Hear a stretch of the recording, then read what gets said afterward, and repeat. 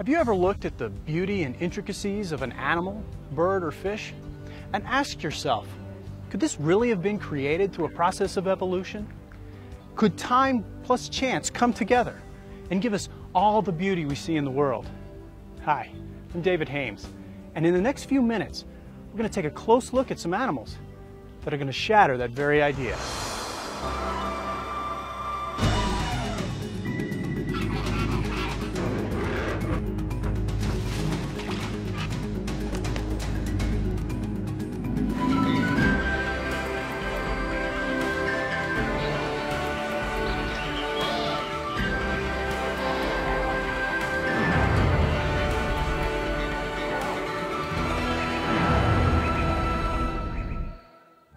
I want to introduce you to Dr. Job Martin. Dr. Martin has had a very interesting background. He's been a college professor and a dentist. He even served on the dental crew for President Johnson's Air Force One and the presidential fleet. But for the past 20 years, Dr. Martin has been lecturing students on incredible creatures that defy evolution. But it wasn't always this way. Dr. Martin, out of a scientific and medical background, once believed in the theory of evolution. Evolution, as I was taught, it all started with a thing called the Big Bang. They say this Big Bang went kaboom and shot out hydrogen gas mostly, and the gas somehow turned to dust, and the dust condensed down into planet Earth. The evolutionists say it started dry, and then over millions of years volcanic activity produced the water, and then in some little pond of this water somewhere on planet Earth, these inorganic chemicals got together and they were zapped by some kind of X-ray or something else, and all of a sudden you have this little speck of life. And they say that was about 3.5 billion years ago. And then that little speck of life somehow over about 3 billion years became the first cell, which was somewhere around 600 million years ago. And then that progressively became beautiful you. Dr. Martin's traditional scientific background would go through an evolution, rather a revolution, as he joined the staff as a professor at Baylor Dental College. This was the beginning of the evolution of a creationist. And so in the fall of 1971, I went to Baylor in Dallas and gave my first lecture. It was on the evolution of the tooth.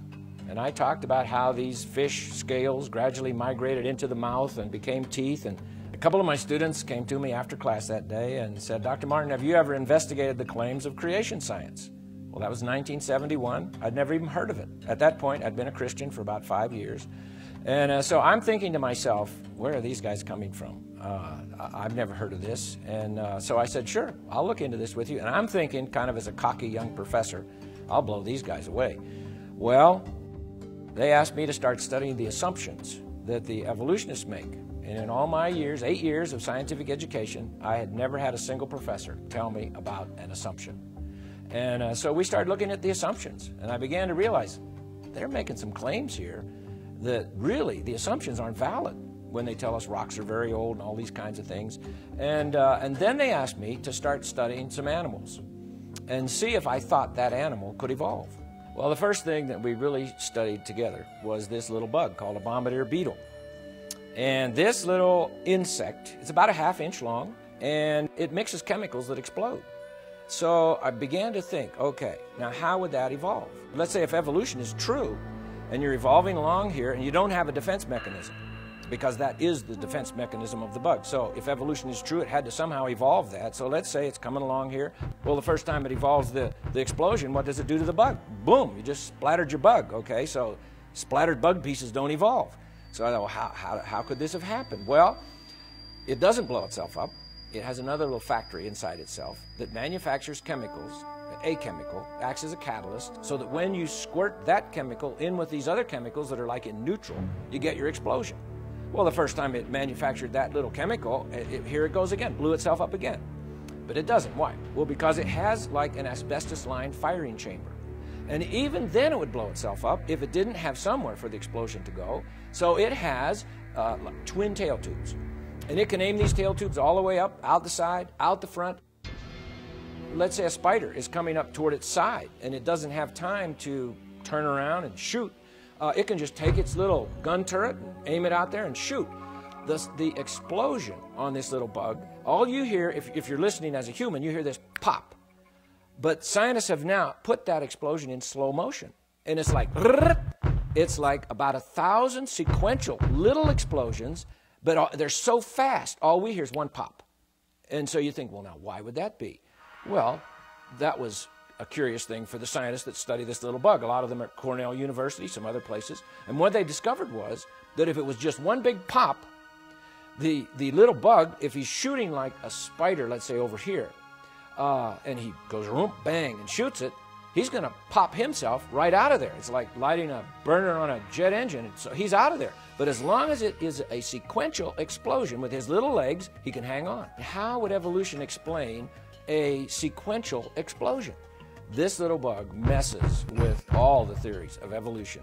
There is no way a slow, gradual process is going to produce this bug. There's no way even the newest theories of evolution, like punctuated equilibria, which means evolution happens very fast. Well, there's no way that will explain this little bug. I began to realize, how could this particular little animal, for instance, evolve? It needed all of its parts. It needed everything there all at once, or you just don't have the animal. And my stomach started to churn, if I really want to be honest. And my wife would tell you, my stomach churned for 5 years. It took a 5-year struggle for me to begin to flip the way I think, from thinking in an evolutionary way to thinking in more this animal or little creature, little bug, whatever, was created fully formed, just like it is, because that went against everything I'd ever learned. Did you know the world's strongest animal is actually the beetle? In fact, in one test, the rhinoceros beetle carried over 850 times its own weight on its back. That would be like me trying to carry 130,000 pounds. I don't think so. Now let's take a look at the world's tallest animal. A bull giraffe is about 18 feet tall. In order to get blood up that long, skinny neck against gravity, the bull giraffe has to have a powerful pump, and that's his heart. And the heart of a bull giraffe can be as much as 2.5 feet long. Big, powerful pump. Now, as he's going along here, living his life, everything's just fine, but all of a sudden, this 18-foot-tall creature decides, I need a drink of water. So he bends his head down to get a drink of water. Now we have a problem. Because now this powerful pump, instead of pumping against gravity, is pumping with gravity. And so the heart gives a mighty squeeze, and the blood shoots down his neck, hits his brain, and bursts his brain. And so now he just blew his brains out, okay? So he's dying, and he must be thinking to himself, I need to evolve something here to take care of my problem. When I get a drink of water, I blow my brains out. Of course, we know dead creatures don't evolve. But he doesn't blow his brains out, because as he bends his head down, there are like little spigots in his artery that goes up the neck, little valves, and they close. But the last pump is beyond the last valve. And so it's enough to burst the little arterioles in his brain, but it doesn't go into his brain. The last pump kind of goes whoop underneath the brain into like a sponge. And this sponge just gently expands, and he hasn't blown his brains out, and he gets his drink of water, and now he sees a zebra kind of running up from this side, and he just ignores it. But he sees a lion coming up from this side. And, oh, the lion wants to eat me. I got to get out of here. Now, how does he know the difference, by the way? Evolutionists can't explain that to us. But the fact is, here comes this lion. He's going to eat the giraffe. And so the giraffe jumps up. He runs about 5 steps, passes out. Not enough oxygen to his brain. While he's there, passed out, the lion is eating him. He must be thinking, I need to evolve something here. I got this problem. I pass out when I get up too fast. But he doesn't, of course. Well, why?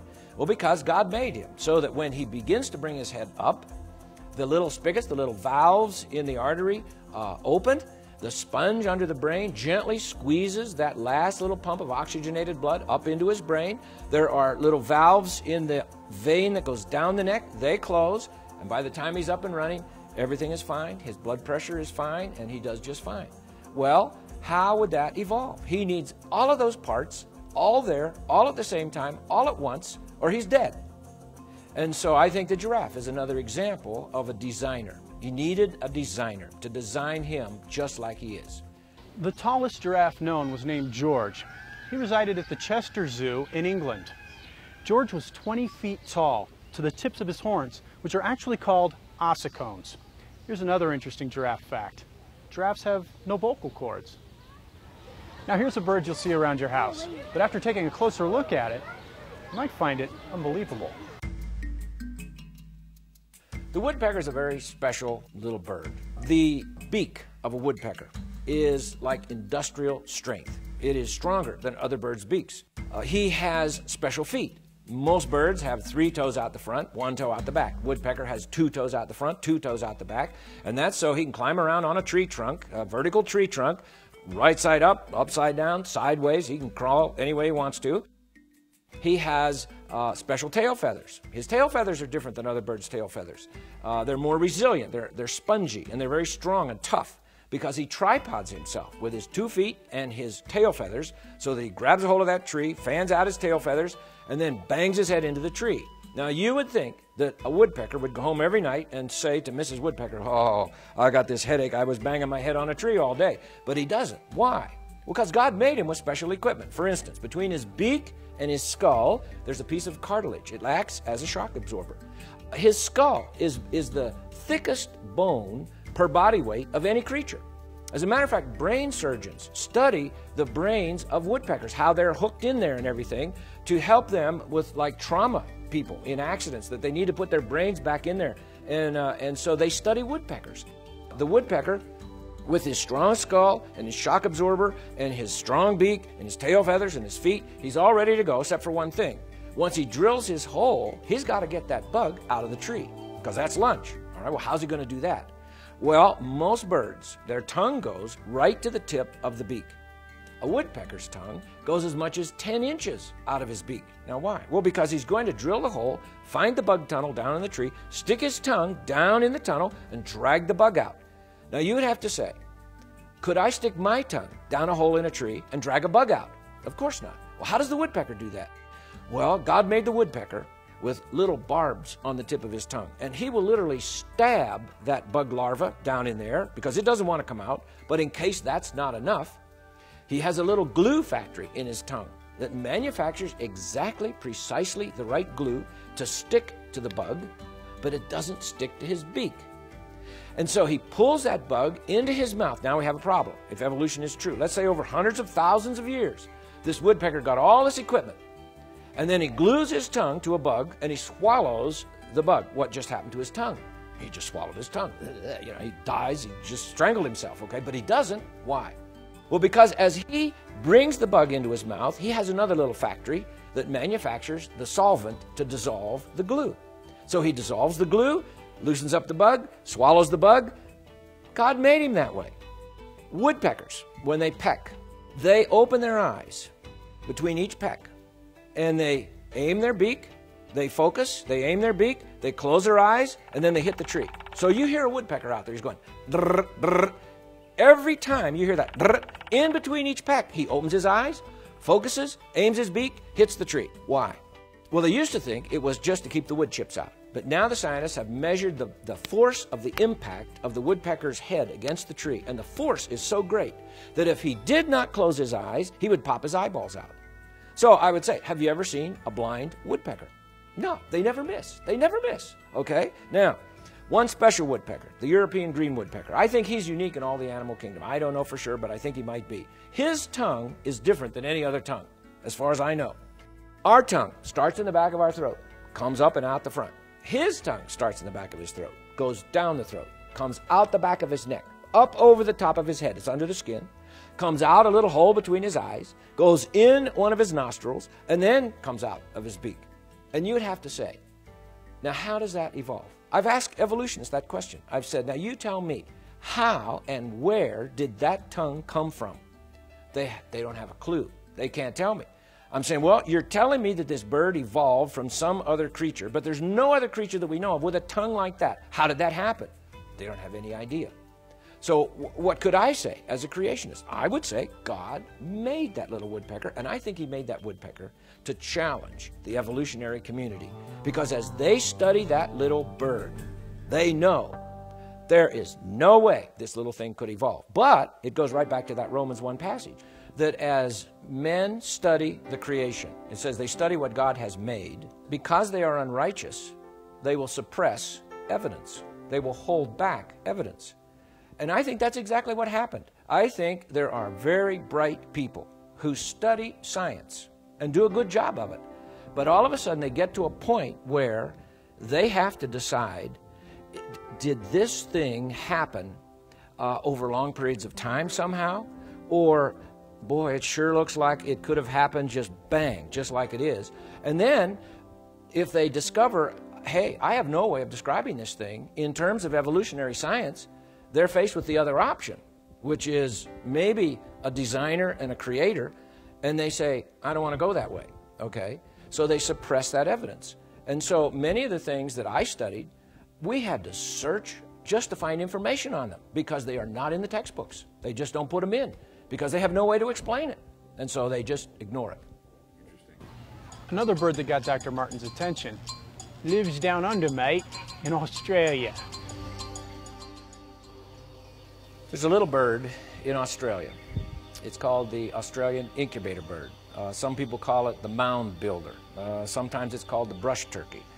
And there's different species. We'll talk about one in particular. But this little bird, about 3.5 to 4 pounds, the female has 2 jobs. Her first job is to check out the nest and see if it's going to be okay. The male builds the nest, and then the female checks it out. Now you would say, well, big deal. She's going to check out the nest. Well, this nest is not like any other nest.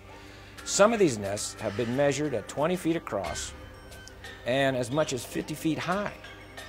And some of them dig down into the dirt 3 to 6 feet. So it's like a huge, that's why they're called the mound builders. It's like a huge mulch pile. So she comes and she digs down in there, and she comes out and says to Mr. Bird, I don't like this one.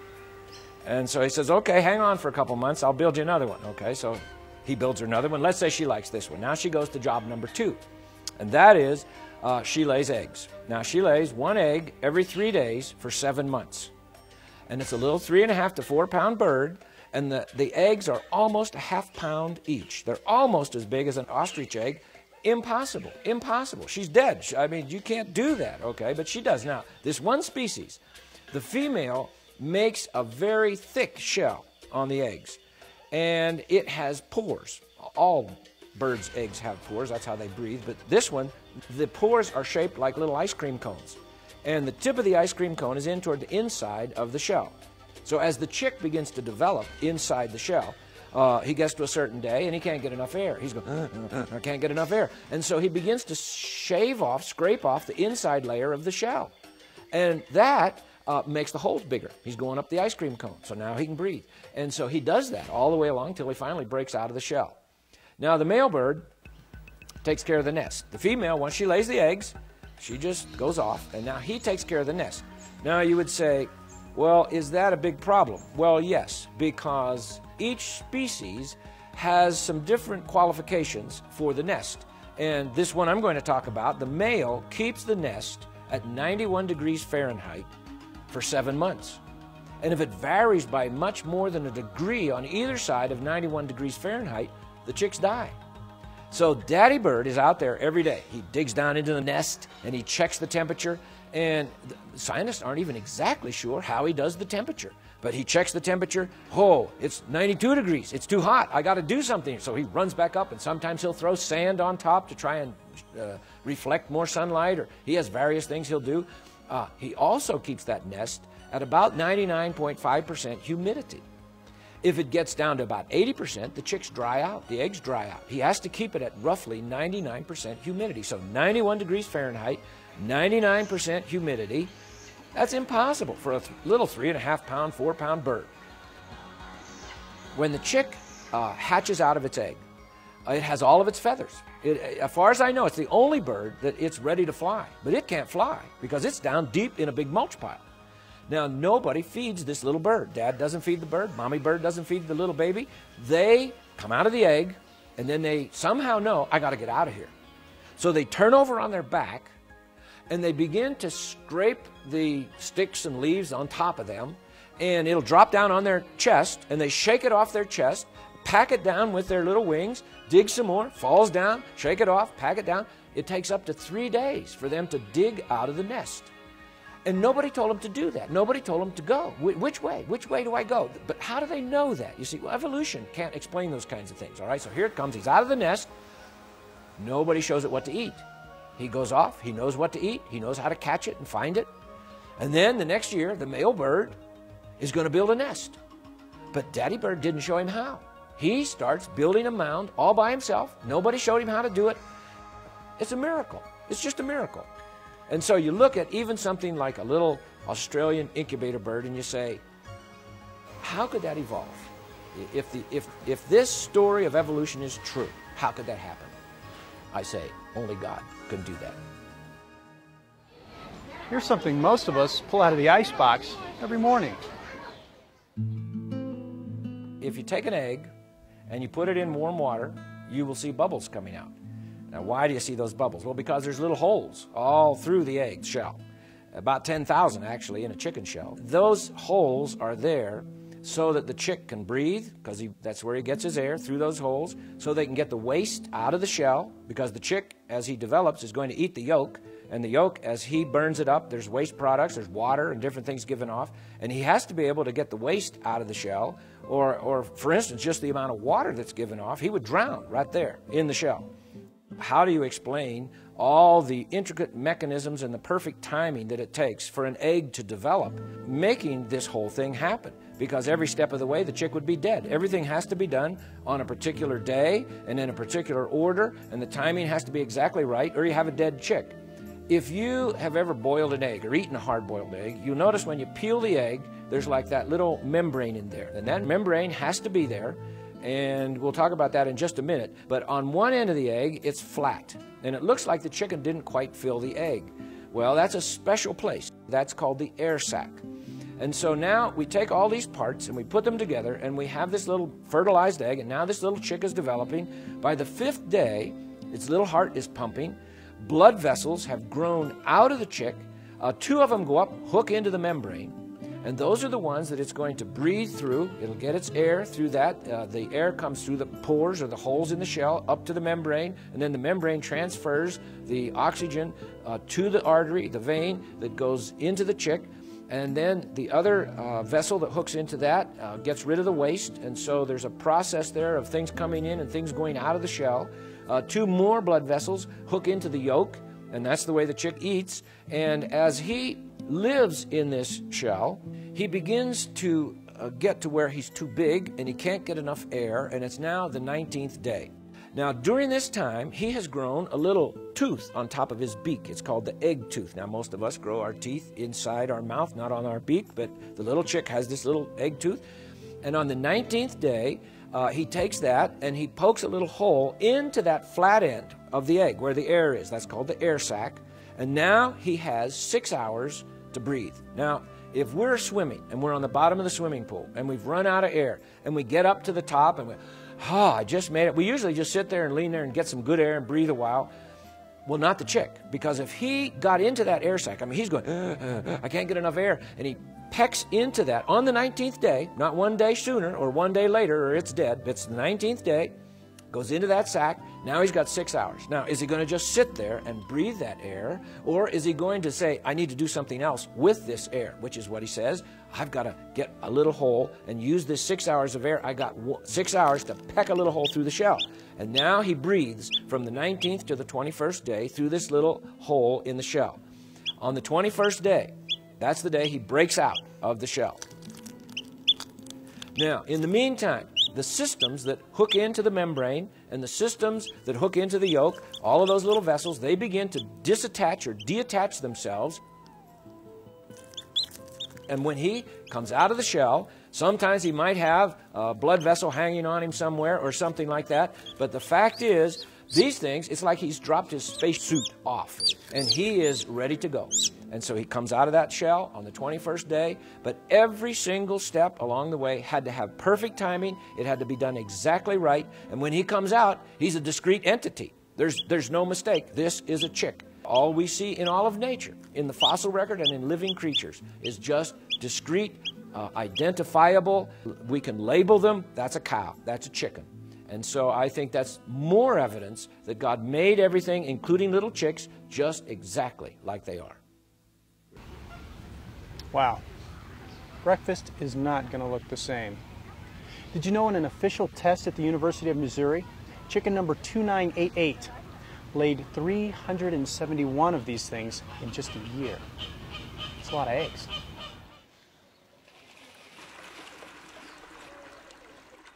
You know, there are animals that breathe air. However, they seem more at home in the water. Take the beaver, for instance.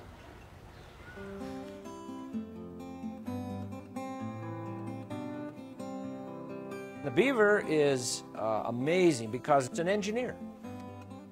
They build their beaver dams with engineering skill. As a matter of fact, engineers study beaver dams to see how to build strength into a dam and to see how to channel water. It's like the beaver knows all this. And so our engineers go to college and then they study what the beaver. It's like the brain surgeons studying the woodpecker. It's like God gave us examples in His creation of how to do things right. Well, anyway, a beaver builds his house, and he usually has a couple of entrances coming in under the water, and he makes his house in such a way that the bad gases that build up in there can escape. Oxygen can come in, but he builds it in such a way that it will stay dry in there. And so they can have little baby beavers in there, and they have a nice, dry, clean place to be. He will store food in the bottom of the stream or the river, and that means he has to be underwater frequently. Well, in the winter, where most beavers live, it gets very cold. Has God made a provision for that? Oh, yes, He sure has. A beaver goes underwater. He has like transparent eyelids, water goggles. And he can see through his eyelids under the water, and that's to keep the dirt out of his eyes that's floating around.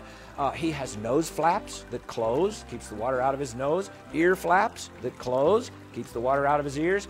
He has a special thing that I like. He has fur-lined flaps in the back of his mouth that cover his throat and his molars, his big teeth in the back. Now, his front teeth, they must not be sensitive, because those are the ones that he uses to chew down and chew through the trees, and they wear down, and they keep growing, and he'll wear them off, they keep growing, and so they must not be sensitive, but his back teeth are. And so God made him little fur-lined flaps to protect them from the cold ice water in the wintertime. And then you think about the way a beaver swims, and he can take a branch that has a load, a drag on it, and he can swim across even a stream with a current, and he wants to come over here, but he's over here, and there's a current, and he's dragging a branch, and he can go right straight across there. He'll compensate. So he's making mathematical calculations, and he is figuring out what kind of rudder action he needs with his tail to compensate for the drag and for the current in the stream, and he gets to where he wants to go every single time. I don't think evolution has an explanation for that, but I think my God does. Another animal is the duck-billed platypus. And this animal is fascinating. It's similar to a beaver in that it spends a lot of its time in water, has webbed feet, and lays eggs. Kind of strange for a mammal. But anyway, the thing that is fascinating is the way it finds its food. A platypus eats little tiny shrimp that it finds under the water. But when it goes in the water, unlike the beaver, which has clear eyelids, the platypus closes his eyes. He has nose flaps that close, so he's not seeing anything, he's not smelling anything. So how does he find the shrimp?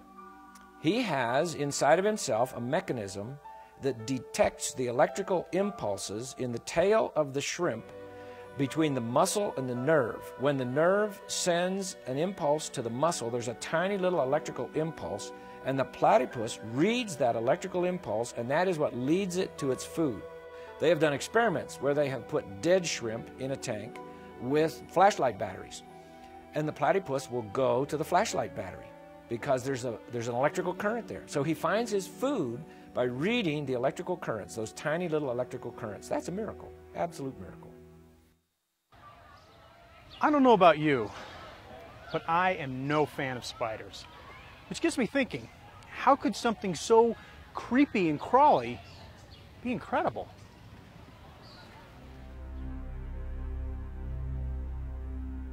There's a spider that we have down in Texas, and it's other places around the United States, called the black and yellow garden spider. Some people call it the zipper spider, because in the middle of its web, it always makes a little characteristic mark. It's like a little zipper of floss that it makes.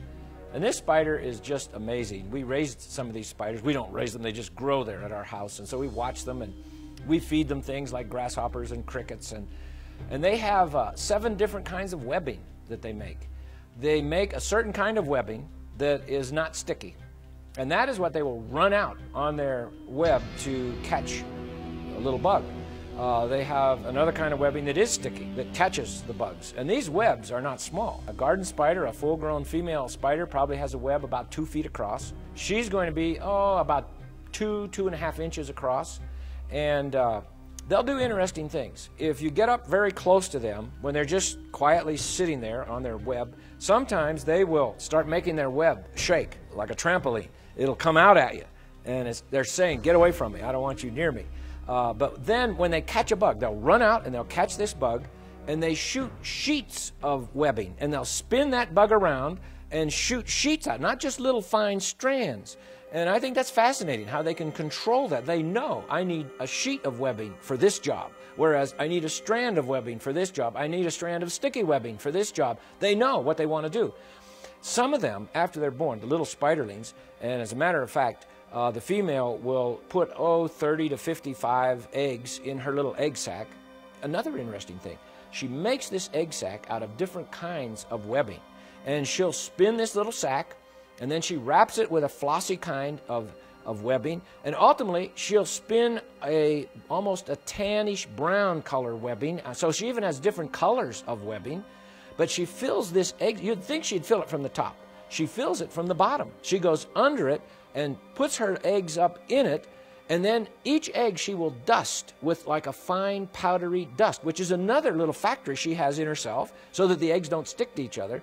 And she'll push all those eggs up in there and then seal the bottom. And sometimes she'll do this in the fall.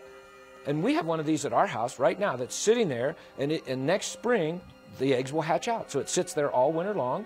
And so sometimes these little spiders, when they hatch out, they decide, I think I want to go to Acapulco. I don't know what they think, but they'll come out and they'll shoot out streamers of webbing and wait for the wind to catch it. And then they'll let go of the web and the wind picks them up. And people have found these spiders as much as 15,000 feet up in the air. They have traced them 1,500 miles flying. I think that's fascinating. How does a spider decide, today I'm going to take a trip? I'm going to throw out the webbing, and I think I need to go somewhere else. But that's how they spread themselves around. And another interesting thing is, as they grow, their shell doesn't grow. They have like an outside shell. So they have to get out of there. And if they don't, they die. Well, how are they going to get out? Well, they have a little factory inside themselves that makes exactly, precisely the right fluid. It's called molting fluid, so that they can, on a certain day, they squirt this molting fluid in a certain place on their shell. Has to be the right place, and it dissolves the shell and makes like a little trap door. And so they can push that little trap door up, crawl out of that shell, and then they start growing a new one. And they molt several times as they're growing. Well, you would say, now, let me think a minute. If evolution is true, how would a spider be able to develop this little factory to make the molting fluid so that it can dissolve the shell? So it has to be the right fluid, so it will be the right thing to dissolve the shell, but it has to dissolve it in the right place or it still can't get out. And all of that has to happen on exactly the right day or the spider dies inside the shell. So, survival of the fittest. We should not have black and yellow garden spiders. Now, some people see those big spiders and they like to squash them. And I say, let those little things live. They eat other harmful bugs and different kinds of things, and they're a pretty spider, and they're fun to watch. And so God has made His creatures and His creation so that we will study it, and study it carefully. And then the whole idea is, as we study it, we will give Him thanks and give Him glory. And I think that's how we ought to study the things that God has made. Maybe spiders aren't so bad after all. How come I didn't learn any of this in school? I have some more studying to do. Down in southwest United States of America, we have different kinds of lizards, and a couple of those are very interesting. One of them, called the gecko lizard, has some very special characteristics. Its feet. Now, if you have a little pet gecko lizard, and they're friendly little things, you can watch that. It'll run right across your ceiling. You could have a ceiling made of glass, and it'll just run right across the ceiling. It doesn't fall off. Gravity does not pull it off. And so the scientists, for many years, they just didn't know what makes that lizard be able to stick like it does. So they took its feet, which are a special kind of feet, and they magnified the feet. And they discovered on these feet there are like little hairs, little tufts of hairs. And so they thought, well, that's not enough. And that was with 2,000 magnifications. And they said, well, that's not enough. There's something else here. So they put it under phase electron microscope, these little hairs, and they kept magnifying them and magnifying them. They got up to 35,000 magnifications, and all of a sudden, there was the answer. All over these little hairs are tiny little suction cups. But you have to magnify them 35,000 times just to see the suction cup. Now, these suction cups are so powerful that if the foot was not made in a special way, when that gecko, let's say, put his foot up against the ceiling, it would just suck it right up against there, and he's stuck. He's not moving. So his foot had to be made in such a way that he can use other parts of his foot to pop loose those suction cups. So what he'll do is, and if you look at the foot of a gecko, it looks different than a normal lizard. Most lizards have kind of finger-like with big nails on them, and the gecko, though, has like these little rounded pads on its foot, and it can take those feet, and they're almost kind of rounded on the bottom, so that it can, for instance, use the suction cups in the front to pop up the ones in the back, or it can use them on the side to pop up the other side. And so it just does it naturally, but that's what's going on. How would a lizard evolve little 35,000 times it takes to see the magnifications? How would it evolve that? And why would it evolve that? And why would it have the right kind of a foot that has to be there if it's going to have those suction cups? All of that had to be there all at once. And then we have this other lizard. He's called the chuckawalla lizard. And he has really three different distinctives that make him special. One of them is he has almost like a blanket across his back of skin. And this skin changes color. He'll start out in the morning and it'll be dark. And that means it absorbs more sunlight because he's a cold-blooded animal and he needs to be able to get his blood warmed up so he can run away from his enemies and things. And so it'll warm him up. But later on in the afternoon, in the desert, when the sun is really hot, it turns a light beige color and it reflects the sun so that his blood doesn't boil. Now he has a defense mechanism. Let's say a coyote wants to eat one of these little lizards, and they do try to eat these lizards. He will run into it like a crack in the rocks. And he expands his body kind of like a blowfish. He will blow his body up. And he's now stuck in there, and they can't get him out. There's no way to pull it out of there. It just kind of conforms to the cracks in there, his defense mechanism. But the thing I like about the chuckawalla lizard is his desalination factory. Now that means he has too much salt in his blood. Why? Well, because he lives in the desert and there's no water, so he doesn't have anything to drink. So as he eats plants and little animals, little insects, he begins to build up salt. And as the salt builds up, it's enough to kill him. Now, when does he know he has too much salt? Well, when he gets too much salt, what does that do? It kills him. So survival of the fittest. You see, he's out of here, but he's not. Why? Because God made a little factory in his nose. It's a little desalination factory. It's a little factory that will, as the blood builds up salt, all of a sudden he thinks, I think I need to get the salt out of my blood. I think I'll run it through my factory. So he shunts the blood. He detours the blood through this little factory. And that little factory takes the salt out of his blood. Now, every now and then, the chuckawalla lizard, he goes, achoo, and he sneezes pure salt crystals. Now, I think you could take a chuckawalla lizard, put him on your dining room table, and say, okay, Chuck, we need a little salt here. And there you go. We've got pure salt from a lizard's sneezes. I think that's incredible. He is another one of the incredible creatures that our Lord has made. What's the most complex creature? Has to be you and me. But how did we get here? Are we distant cousins to the apes? Or were we designed by a creator? And if so, is the Bible's account of creation actually possible? If we look at the Genesis account of God's creation of man, he says he made man fully mature. Adam, when we first meet him, full grown man, only 1 minute old. It says he took a rib and made Eve. Now, some Christian people say, I can have evolution, I can have the Bible. Well, now we have a problem. Are there any evolutionists that teach that women evolved from ribs? Well, of course not. But that's what the Bible says. It says God took a rib and made Eve. Now, when Adam wakes up from his anesthetic and sees Eve, she's full grown. She's 2 seconds old, but she's full grown. If we believe the biblical account, We have to believe God will create full-grown creatures, of which man is one of those creatures. I might add, can our Creator do that kind of thing? The Bible tells us in 3 places Jesus is the Creator. Colossians 1, Hebrews 1, John 1. So Jesus is the Creator. Well, then He created man full-grown, had the appearance of age. He was fully mature. Woman, full-grown, fully mature. Trees, full-grown. Peaches on them. Eve could have eaten a peach. Adam, how long does it take to grow a peach like that? 3 days, Eve. Well, that can't be. Yes, God made the tree with the right fruit 3 days ago. If we're going to believe the creation account, as Genesis puts it, we have to believe that. Now, did Jesus the Creator have the ability to do that? Well, what are His miracles? His first miracle, John 2, turns water into wine. He used 6 water pots, it says in John chapter 2, and when the head waiter tasted that water, he said, well, this is the best wine. Well, how do you make good wine? Well, you have to age it. Well, how old is it? 1 minute old. How many water pots? 6. How many days in the creation week? 6. Creation with the appearance of age in Genesis 1. Creation of wine with the appearance of age in John chapter 2. I don't think that's an accident. Now, how did He make man? Well, let's just think about our ear. First of all, you look at a human ear and you think, that's a strange thing. I mean, we have these things that are here, and then you look at the animals, and they all have ears, and yet not all animals do. Many animals hear without ears, but we have ears. Now, the human eardrum is just a marvel. It moves such a small amount that you really can't measure it.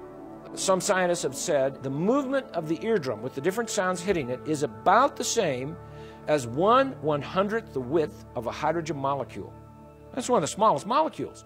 So that little teeny bit of movement can tell the difference between a trumpet, a bass drum, your mother telling you to go make your bed, your daddy telling you you can't have the car tonight because you didn't get in on time last night.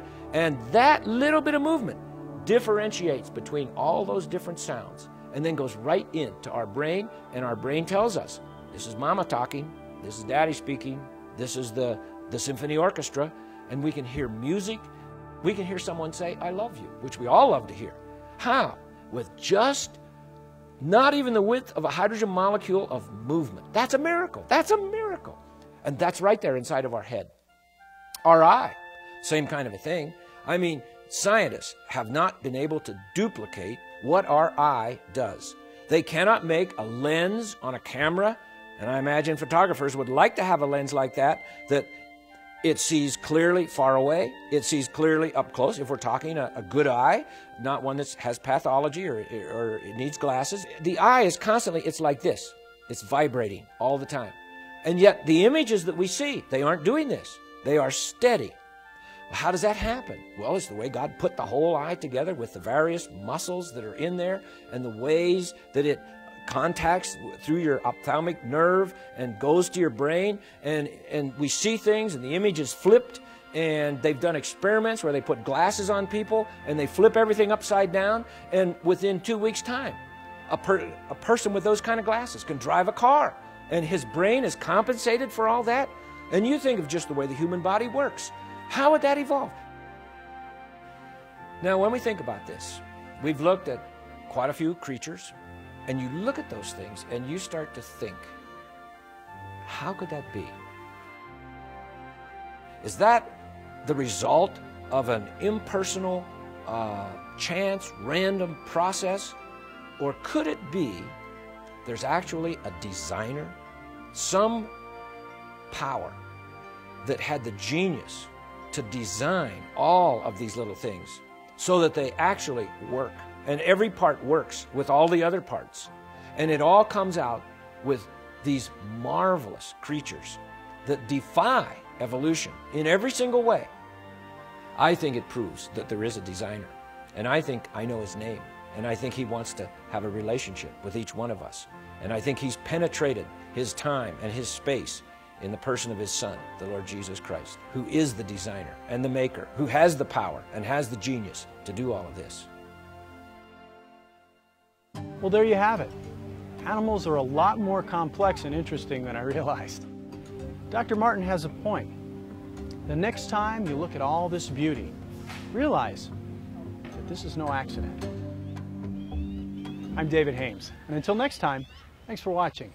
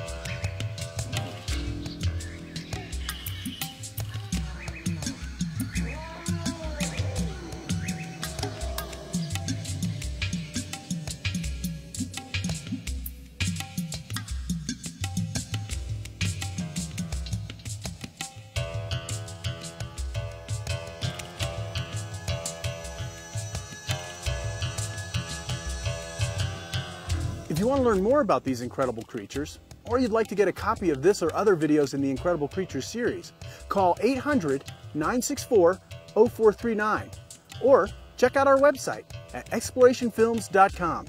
That's explorationfilms.com. You can also check out our other resources that we have available. To invite Dr. Martin to speak to your group or organization, call 972-771-0568 or on the web at www.biblicaldiscipleship.org.